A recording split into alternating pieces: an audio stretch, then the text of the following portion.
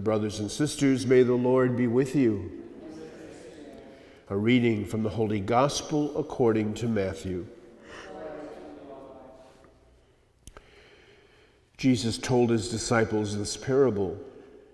The kingdom of heaven will be like 10 virgins who took their lamps and went out to meet the bridegroom. 5 of them were foolish and 5 were wise. The foolish ones, when taking their lamps, brought no oil with them, but the wise brought flasks of oil with their lamps. Since the bridegroom was long delayed, they all became drowsy and fell asleep. At midnight there was a cry, "Behold, the bridegroom, come out to meet him." Then all those virgins got up and trimmed their lamps. The foolish ones said to the wise, "Give us some of your oil, for our lamps are going out." But the wise ones replied, "No, for there may not be enough for us and you. Go instead to the merchants and buy some for yourselves." While they went off to buy it, the bridegroom came, and those who were ready went into the wedding feast with him. Then the door was locked. Afterwards, the other virgins came and said, "Lord, Lord, open the door for us." But he said in reply, "Amen, I say to you, I do not know you. Therefore, stay awake, for you know neither the day nor the hour." The Gospel of the Lord.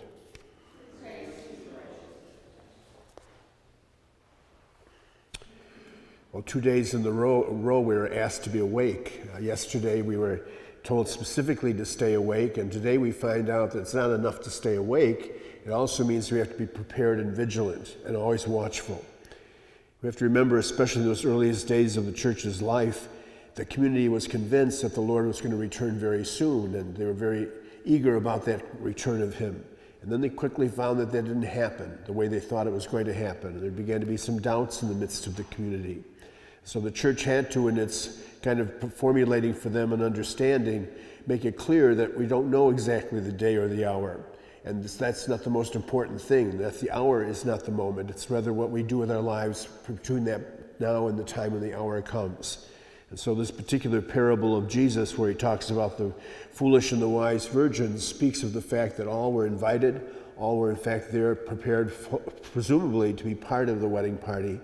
But 5 of them didn't totally prepare themselves. They didn't have the extra things that they needed to ensure that they would be ready when the time came.